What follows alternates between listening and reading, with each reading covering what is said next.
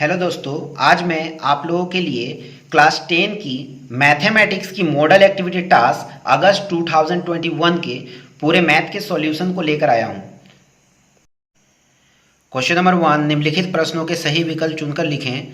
1 number, किसी संयुक्त व्यवसाय में 3 मित्र क्रमशः 200 रुपये, 150 रुपये और 250 रुपये लगाए समान समय के बाद उनके लाभ का अनुपात होगा 200, 150 और 250। ये तीनों का अनुपात निकाल देंगे तो ये कट के आएगा 4, ये कट के आएगा 3 और ये कट के आएगा 5। कहाँ से आए? ये 0 0 0 कैंसिल कर दिए, बचा 20, 15, 25। 5 के पढ़ा में 4 बार में, 5 का पढ़ा 3 बार में और 5 के पढ़ा के 25 5 बार में आ गया। तो इसका आंसर होगा ऑप्शन बी, 4:3:5। इसके बाद है question number 2, 2x² minus 3x minus के प्लस 2 इक्वल टू 0 समीकरण का मूल शून्य हो तो k का मान होगा। इसका आंसर होगा 2। Question number 3, a/3 equals to b/4 equals to c/7 हो तो a plus b plus c/c का मान होगा।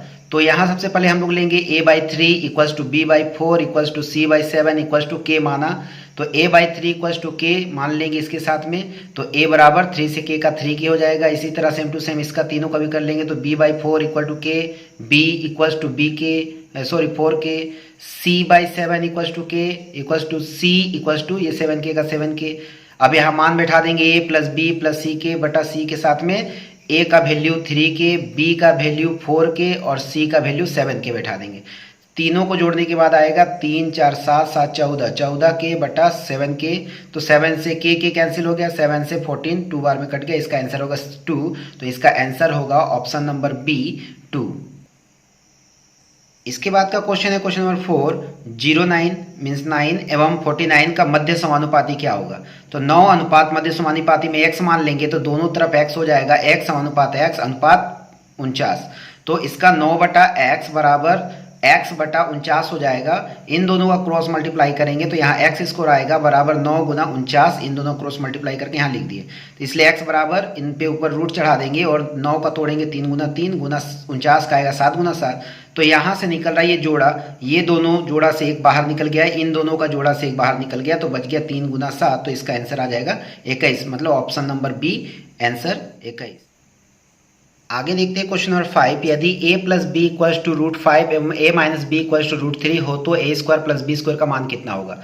a प्लस बी बराबर जो कि दिया हुआ √5, तो इसका तोड़ लेंगे दोनों तरफ। वर्क करने पर a प्लस बी का होल स्क्वायर बराबर √5 का whole square, a minus b का होल स्क्वायर, इसका फॉर्मूला टूट जाएगा a माइनस बी का whole square plus 4ab equals to 5 का रूट के साथ स्क्वायर टूटेगा तो इसका आएगा 5।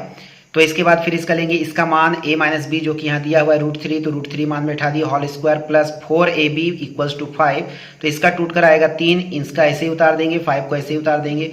4ab बराबर 5 इधर है, 3 को इधर जाएगा -3 हो जाएगा। तो ab का वैल्यू क्या आ जाएगा, 5 से 3 माइनस के 2 और 4 इधर चल जाएगा, भाग हो जाएगा नीचे बटा 2 के पारा से एक बार में, 2 का पारा 2 बार में, तो आ गया इसका 1/2। अब इसका मान यहाँ से जो भी ये क्वेश्चन उतारेंगे a² प्लस b² का वैल्यू, तो a प्लस बी का होल स्क्वायर माइनस 2ab जो कि a प्लस बी का मान √5 है और ab का मान 1/2 आ चुका है। तो यहाँ पर a प्लस बी का मान बैठा देंगे √5 का होल स्क्वायर माइनस 2 के साथ में ab का मान बैठा देंगे 1/2। ये 2 और 2 कैंसिल हो गया। यहाँ पर 5 रूट पे था तो यहाँ स्क्वायर टूटने पे इसका 5 बन जाएगा और इसका कुछ नहीं बचा, मतलब 1 बचा, 1 उतार देंगे, 5 में से 1 घट जाएगा यहाँ पर 4। तो इसका ऑप्शन नंबर बी 4 हो जाएगा आंसर। नेक्स्ट क्वेश्चन है, एक शंकु की ऊंचाई h इकाई, तिर्यक ऊंचाई h इकाई एवं आधार का व्यास d इकाई हो तो l² माइनस h² बटा d² बराबर कितना होगा। सबसे पहले हम लोग देखेंगे ऊंचाई बराबर h दिया हुआ है, तिर्यक ऊंचाई l जो होता है उसका मान भी h दिया हुआ, आधार का व्यास जो d होता है उसका मान d ही दिया हुआ है। तो सबसे पहले हम लोग देखेंगे l² माइनस h² किसका होता है, r² equals to l² minus h² होता है, तो इसलिए हम यहाँ लिखेंगे r²। उसके बाद नीचे जो d² था d² को छोड़ देंगे उसी तरह से। अब हम दोनों का क्या करते हैं, r पे भी स्क्वायर है d पे भी स्क्वायर, तो दोनों का ब्रैकेट लेके r बटा d का होल स्क्वायर कर देंगे बराबर r बटा d का वैल्यू होता है, मतलब व्यास, अर्धव्यास 2 बार होगा तो इसका होता है 2r, d की जगह पे लिखेंगे 2r, r और r कैंसिल हो जाएगा, ऊपर बचेगा 1/2 का होल स्क्वायर, तो 1 का होल स्क्वायर 1 टूटेगा, 2 का होल स्क्वायर 4 टूटेगा, तो इसका आंसर हो जाएगा 1/4, मतलब कि आंसर ऑप्शन नंबर सी 1/4 इसका हो जाएगा आंसर। क्वेश्चन नंबर 2 में कहा गया निम्नलिखित प्रश्नों के उत्तर दीजिए, मतलब ये ऑब्जेक्टिव क्वेश्चन है। एक नंबर √3 - 2 और इसके पूरक करनी का योगफल ज्ञात करें। तो पूरक करनी इसका क्या होगा, ये है माइनस में तो इसका आएगा प्लस में, तो पूरक करनी के साथ में इसको करना है योगफल, मतलब √2 - 2 प्लस √3 + 2 का योग करेंगे, दोनों को जोड़ देंगे √3 - 2 और ये प्लस √3 और प्लस प्लस प्लस यहाँ उतर जाएगा 2, ये -2 और ये +2 दोनों कट गया, बचा √3 और √3 दो जगह इसलिए लिख देंगे 2√3, ये हो गया इसका आंसर। नेक्स्ट क्वेश्चन नंबर 2 में दिया है x variation y, y variation z एवं z वेरिएशन x हो तो तीन परिवर्तन स्थिरांकों को गुणनफल कितना होगा। तो सबसे पहले हम लोग लिखाएंगे कि x variation y equals to क्या होता है, तो x बराबर k1 y मान लेंगे। y वेरिएशन क्या होता है, y वेरिएशन z बराबर y equals to k2 z होता है, और z वेरिएशन x को क्या मानेंगे, z equals to k3 x मान लेंगे इसको। तो इसको समीकरण 1, इसको 2 और इसको 3 मान लेंगे। यहाँ k1 k2 और k3 अशून्य परिवर्तन स्थिरांक है। पहला, दूसरा और तीसरा समीकरण को आपस में गुना करने पर इधर का सभी गुना हो जाएगा, इधर का सभी गुना हो जाएगा, तो इधर का गुना करके ये लिखेंगे, इधर का गुना करके इधर लिखेंगे, इसका गुना करने पे x y z आएगा, इसका गुना करने पे k1 k2 k3 x y z आएगा। तो x y z और x y z को यहाँ हम काट दिए हैं। उसके बाद यहाँ क्या बचा, k1 k2 k3 और इधर बचा 1, तो k1 k2 और k3 को इधर लिख लिए, 1 को इधर लिख दिए। तो तीनों परिवर्तन स्थिरांकों का गुणनफल कितना आया, आंसर 1 आया, तो इसका आंसर हो जाएगा 1। क्वेश्चन नंबर 3 में कहा गया लंबवृत्ताकार शंकु के आकृति के एक तंबू को बनाने में 77 वर्ग मीटर त्रिपाल लगा है। यदि तंबू की तिर्यक ऊंचाई 7 मीटर हो तो उसके आधार का क्षेत्रफल कितना होगा। आंसर में सॉल्व करेंगे। शंकुनुमा तंबू के लिए आवश्यक त्रिपाल 77 वर्ग मीटर की चाहिए। तो तिर्यक ऊंचाई दिया हुआ है 7 मीटर, तंबू का वक्रतल का क्षेत्रफल, तंबू का वक्रतल का क्षेत्रफल होगा 77 वर्ग मीटर दिया था, 77 वर्ग मीटर जो भी है लिख लेंगे। इसका फॉर्मूला होता है पाई आर एल बराबर 77 हो जाएगा। पाई का वैल्यू 22/7, आर का वैल्यू कुछ नहीं है तो आर रहेगा, और एल का वैल्यू 7 जानते हैं तो 7 लिखेंगे, बराबर 77 लिखेंगे। इसलिए आर बराबर 77 लिख के ये 7 ऊपर है तो ये नीचे चला जाएगा, और ये 22/7 है तो इधर आके 7/22 हो जाएगा। ये 7 और 7 कट गया, 11 पाड़ा से 2 बार में 22 कट गया, 11 पाड़ा 7 बार में 77 कट गया, तो यहाँ से बच गया 7 और नीचे बच गया 2, तो ये आ गया 7/2। इसके बाद लेंगे तंबू के आधार का क्षेत्रफल बराबर पाई आर स्क्वायर होता है फॉर्मूला। तो पाई का वैल्यू 22/7 होता है, गुना पहले हम देख चुके आर का वैल्यू निकाल चुके 7/2, तो इसका हो जाएगा स्क्वायर। तो इसका 22/7 गुना 7/2 गुना 7/2 दो जगह लिख लेंगे, और यहाँ 2 और 2 कट गया, 11 बार में 22 कट गया और 2 एक बार में कट गया, 7 और 7 कट गया, यहाँ बचा 7 ऊपर बचा 11, 7 और 11 गुना करेंगे 77 और नीचे 2 बचा हुआ 2 लिख देंगे। अब इन दोनों को भाग दे देना है, 2 से भाग देंगे तो इसका आ जाएगा 38.5 वर्ग मीटर, ये हो जाएगा इसका आंसर। नेक्स्ट क्वेश्चन में बोला गया है एक गोलक के अर्धव्यास में 50% वृद्धि करने से वक्रतल का क्षेत्रफल कितना प्रतिशत बढ़ेगा। तो इसका सॉल्व करेंगे। माना गोलक का अर्धव्यास बराबर 1 सेंटीमीटर, अर्धव्यास में 50% वृद्धि करने पे अर्धव्यास बनेगा x प्लस x का 50%, तो x प्लस x का 50 मतलब 50/100 हो जाएगा। इसको काटने पे आएगा 1/2, तो इसका मान आ रहा है x/2, मतलब x के साथ में 1 का गुना करेंगे तो ये आएगा x/2, और यहाँ x जो है प्लस में उतर जाएगा, इसकी जरूरत नहीं है। और यहाँ पर लिखेंगे 2 और इसका कुछ नहीं मतलब बटा 1 मान सकते हैं, तो 2 और 1 का लसापा 2 आएगा, 1 से भाग देंगे तो 2 आएगा, 2 से x का करेंगे तो 2x हो जाएगा, प्लस 2 से भाग देंगे 1 आएगा, 1 से x का गुना करेंगे x आएगा, इन दोनों प्लस करने पे आ जाएगा 3x/2 सेंटीमीटर। यहाँ से 2x प्लस x को गुना करने पे प्लस करने पे आ गया 3x, और ये 2 नीचे था तो 2 नीचे चला गया। गोलक का वक्रतल बराबर क्या होता है 4πr², सेंटीमीटर स्क्वायर में रहेगा, ठीक है। तो उसके बाद क्या करेंगे 4πx² पकड़ लेंगे, इसका सेंटीमीटर में हो जाएगा। अर्धव्यास बढ़ने पर वक्रतल बढ़ेगा। वक्रतल का ये क्षेत्रफल का फॉर्मूला है, वक्रतल का क्षेत्रफल का फॉर्मूला है, ये भी क्षेत्रफल का फॉर्मूला है। वक्रतल का क्षेत्रफल 4πr², 4π r का वैल्यू क्या था बढ़ने पे 3x/2 था, इसका स्क्वायर डाल देंगे तो ये 4 जो है इसके साथ में कट जाएगा, बचेगा पाई, पाई को छोड़ देंगे क्योंकि यहाँ आराम से पाई कट सकता है बाद में, और 9x² है तो इसका पूरा आ जाएगा 9πx², ये हो गया सेंटीमीटर में। इसलिए क्षेत्रफल में वृद्धि कितनी हुई, इसकी थी 9πx² और इसकी थी 4πx², इसको सजा कर लिख लेंगे, बचेगा 5πx² सेंटीमीटर स्क्वायर। क्षेत्रफल में प्रतिशत वृद्धि कितनी हुई, ये बढ़ा कितने में है 5πx² बढ़ा है, कितने में मेरे पास तो ओनली 4x 4 पाई एक्स स्क्वायर था तो वो बटा में नीचे चला जाएगा, पाई और पाई कट गया, इसलिए पाई को पहले हमको नहीं तोड़े थे, पाई पाई कटने वाला था, पाई पाई काट दिए, एक्स स्क्वायर कट गया, और यहाँ पर 4 जो है 100 को काट रहा है तो 25 बार में कट गया, 25 से 5 का गुना कर देंगे तो 125% आएगा। अब ये 100 आया कहाँ से? किसी का भी अगर प्रतिशत निकालना हो तो उसको गुना 100% लिख के प्रतिशत निकालना होता है। तो ये अब आ गया इसका 125% आंसर। इसके बाद का क्वेश्चन कहा गया है ए बी सी डी एक चक्रीय चतुर्भुज है, वृत्त का वो है यदि एंगल सी ओ डी बराबर 120 डिग्री एवं एंगल बी ए सी बराबर 30 डिग्री हो तो एंगल बी सी डी का मान निर्णय करें। तो सबसे पहले हमें एक वृत्त बना लेना है, वृत्त में एक चतुर्भुज तैयार हो जाएगा जो चक्रीय चतुर्भुज है। यहाँ से इसका नाम ए बी सी डी दे देंगे, ये इसके साथ मिल जाएगा, ये इसके साथ विकर्ण एक दूसरे काट देगा, और यहाँ से ओ बिंदु मिलेगा जो 120 डिग्री का कोण बना रहा होगा।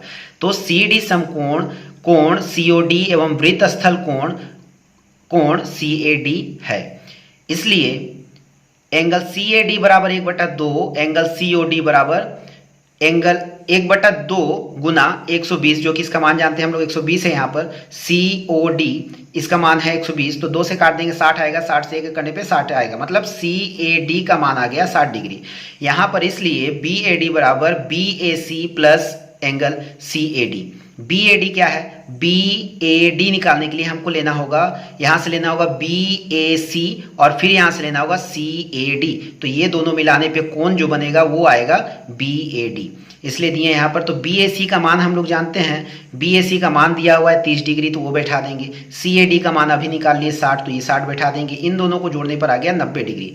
अब यहाँ से इसलिए ए बी सी डी चक्रीय चतुर्भुज में angle B C D plus angle B A D बराबर 180 डिग्री होता है, तो इसलिए बी सी डी का मान नहीं जानते तो बी सी डी का निकालना है, और बी ए डी का अभी तुरंत निकाले 90 डिग्री, 90 यहाँ लिख दें बराबर 180। अब बी सी डी निकालने के लिए 180 90 को इधर जाएगा माइनस हो जाएगा, तो इसको माइनस करने पे आ जाएगा 90, तो 90 डिग्री, इसलिए बी सी डी का मान कितना आएगा 90 डिग्री, ये हो जाएगा इसका आंसर।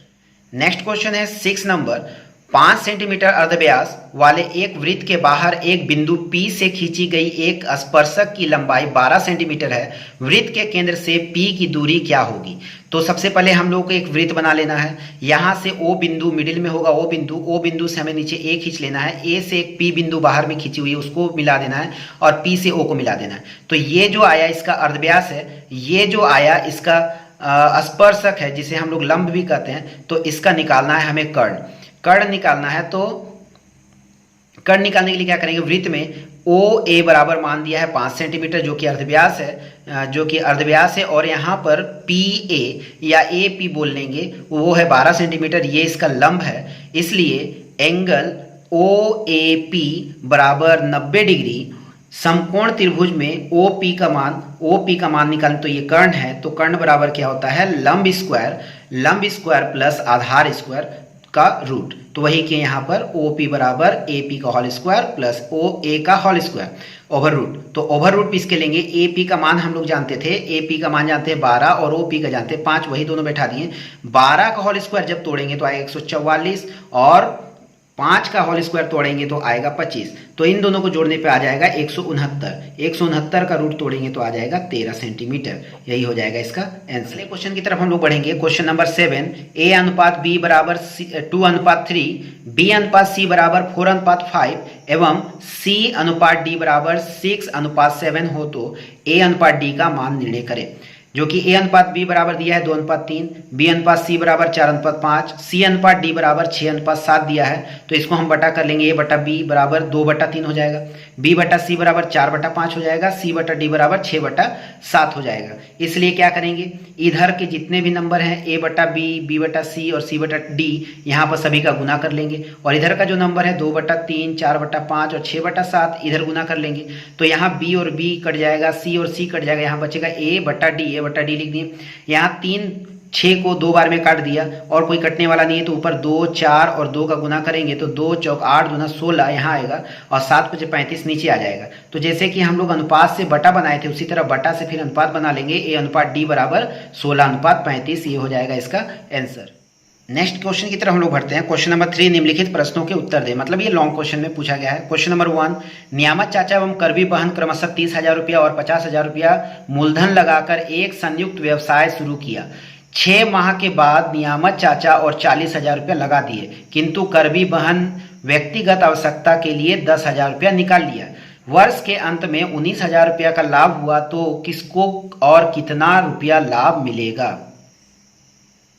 तो इसका सॉल्व करेंगे। नियामत चाचा का 1 माह का समतुल्य मूलधन कितना होगा? 30,000 जमा था उनका, कितने तक चला? 6 महीने तक। तो 30 का 6 से गुना कर देंगे और 40,000 पे उन्होंने और ऐड कर दिया था, तो 30,000 और 40,000 को ऐड कर देंगे, गुने टोटल साल में कितने महीने होते? 12 महीने। तो 12 महीने में 6 महीना खत्म हो चुका है, तो बच्चा 6 महीना, तो 12 में से 6 घटा देंगे, 30 से 6 का करेंगे तो यहाँ पर आ जाएगा 1,80,000 रुपया। और यहाँ पर जो है दोनों प्लस करने पे 70,000, यहाँ माइनस करने पे 6 आ जाएगा। 1,80,000 रुपया प्लस इसका गुना करने पे आएगा 4,20,000 रुपया। इन दोनों को जोड़ दिया जाए तो आएगा 6 लाख रुपया। इसी तरह से करवी बहन का भी 1 माह का समतुल्य मूलधन निकालेंगे। 50,000 रुपये वो लगाई थी 6 महीने के लिए, और 50,000 के बाद 10,000 रुपये वो निकाली थी अगले 6 महीने के बाद। तो यहाँ पर इसका आ जाएगा 3 लाख रुपया, और इन दोनों को घटाने पे आ जाएगा 40,000 गुना 6, तो इसका आ जाएगा 2,40,000 रुपया। अब इन दोनों को यहाँ जोड़ देंगे तो आ जाएगा 5,40,000 रुपया। दोनों के मूलधन का अनुपात निकाल देंगे तो आएगा 6 लाख रुपया और 5,40,000। तो इसका ये जीरो एक कैंसिल, ये दूसरा तीसरा चौथा, यहाँ दूसरा तीसरा चौथा कैंसिल, यहाँ 60 बचा, यहाँ 54 बचा। तो 6 के पारा से 10 बार में 60 चला गया, 6 के पारा में 9 बार में 54 चला गया। अब इन दोनों का निकालेंगे, अनुपातिक योग बराबर 10 जोड़ 9 बराबर आ जाएगा 19।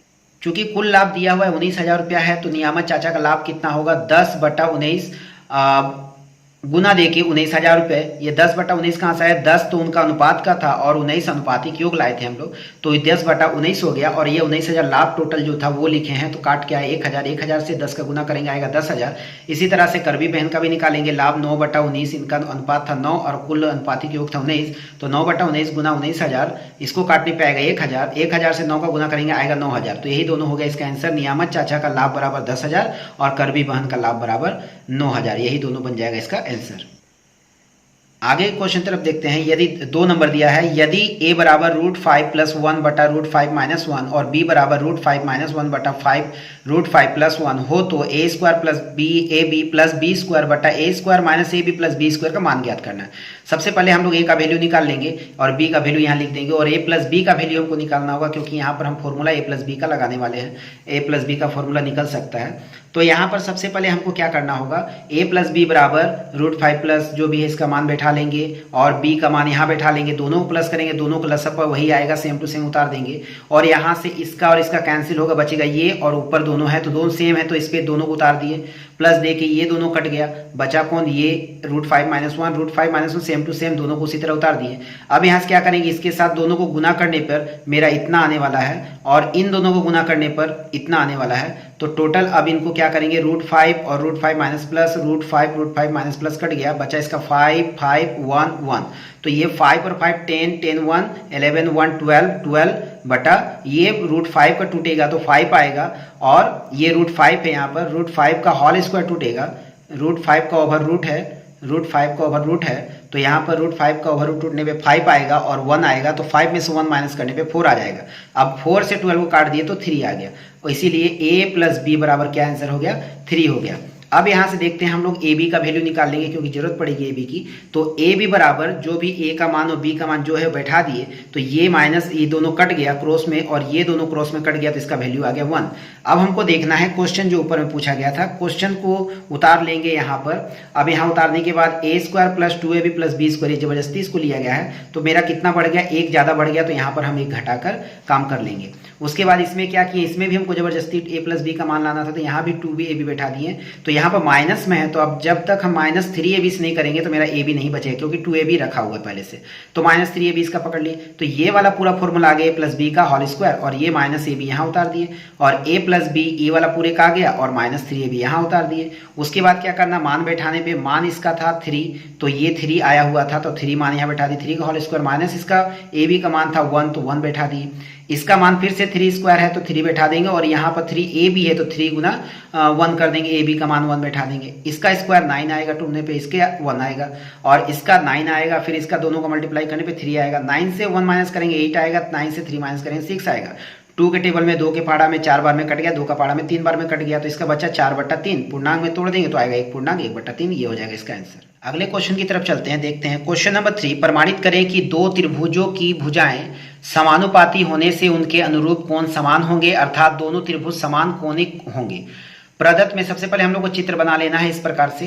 प्रदत्त में त्रिभुज ABC व त्रिभुज DEF व AB बटा DE बराबर BC बटा EF बराबर AC बटा DE।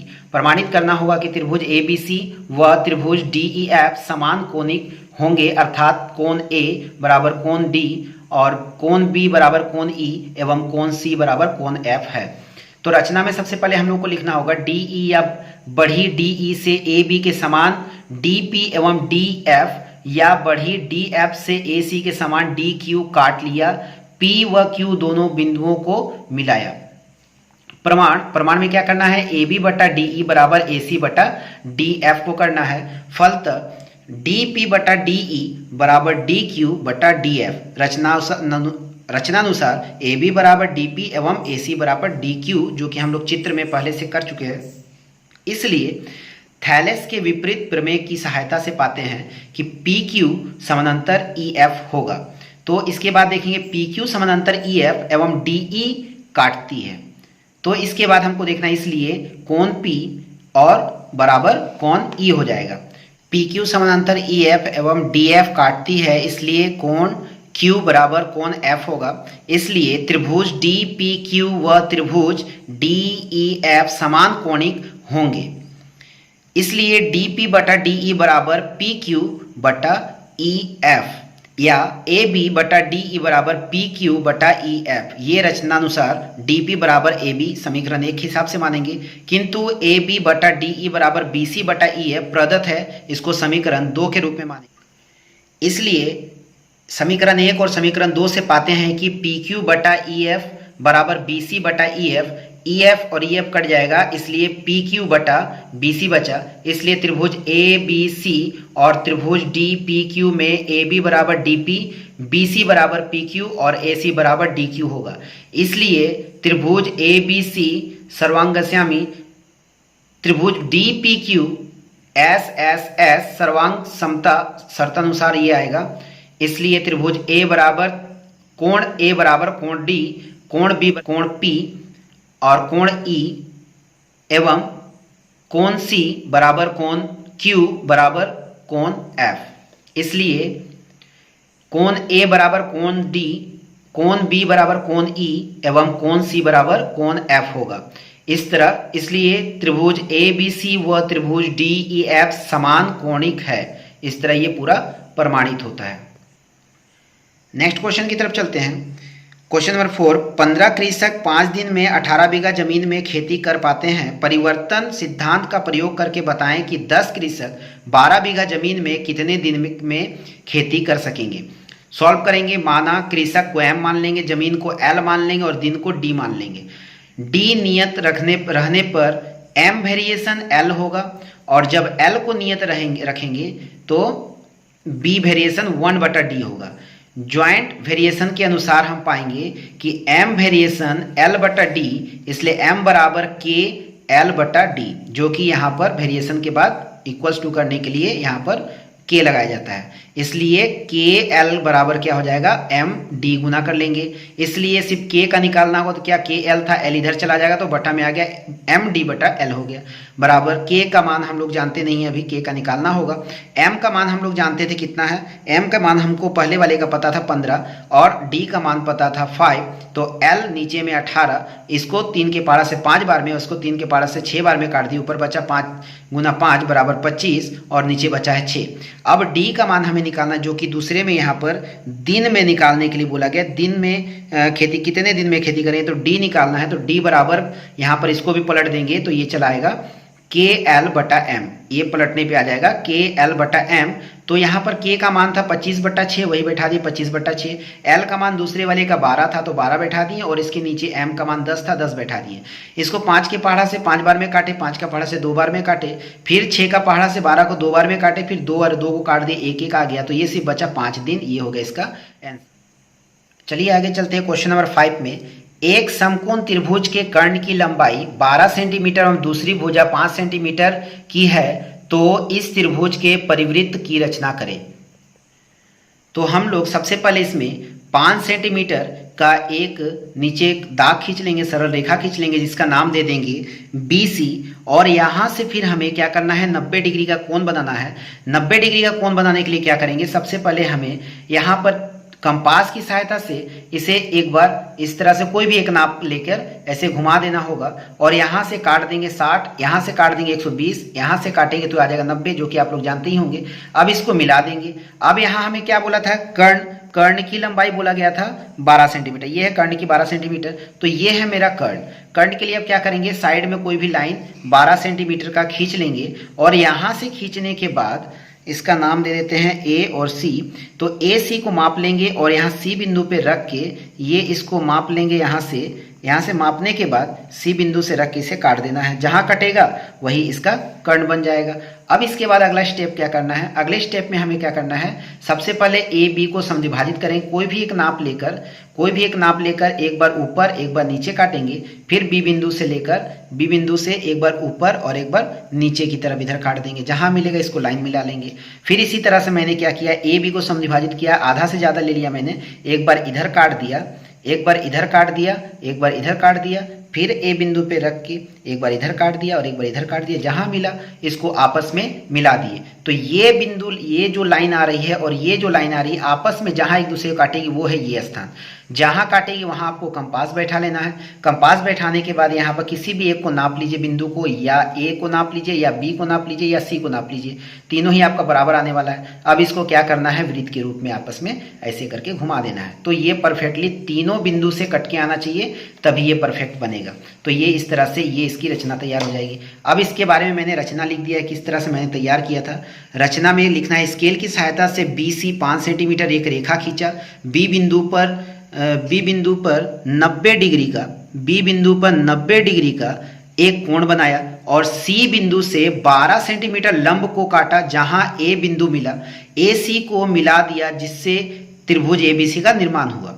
फिर BC और AB सरल रेखा को समद्विभाजित किया, जो एक दूसरे को O बिंदु पर काटती है, इसके बाद O बिंदु से ABC बिंदु को कंपास से मापकर त्रिभुज के बाहर वृत्त की रचना की। और स्केल से माप कर देखेंगे तो OA, मतलब कि ये O से लेकर A तक मापेंगे, या फिर O से लेकर B तक मापेंगे, या फिर O से लेकर C तक मापेंगे, तो तीनों का मान आने वाला है 6 सेंटीमीटर। यहाँ तीनों का मान आ जाएगा 6 सेंटीमीटर। तो इस तरह से आप चाहें तो सिर्फ इससे भी बना सकते हैं, और रचना लिख दे तो बेस्ट ही होगा। तो साथ में आप इसको भी लिख दें तो बढ़िया रहेगा।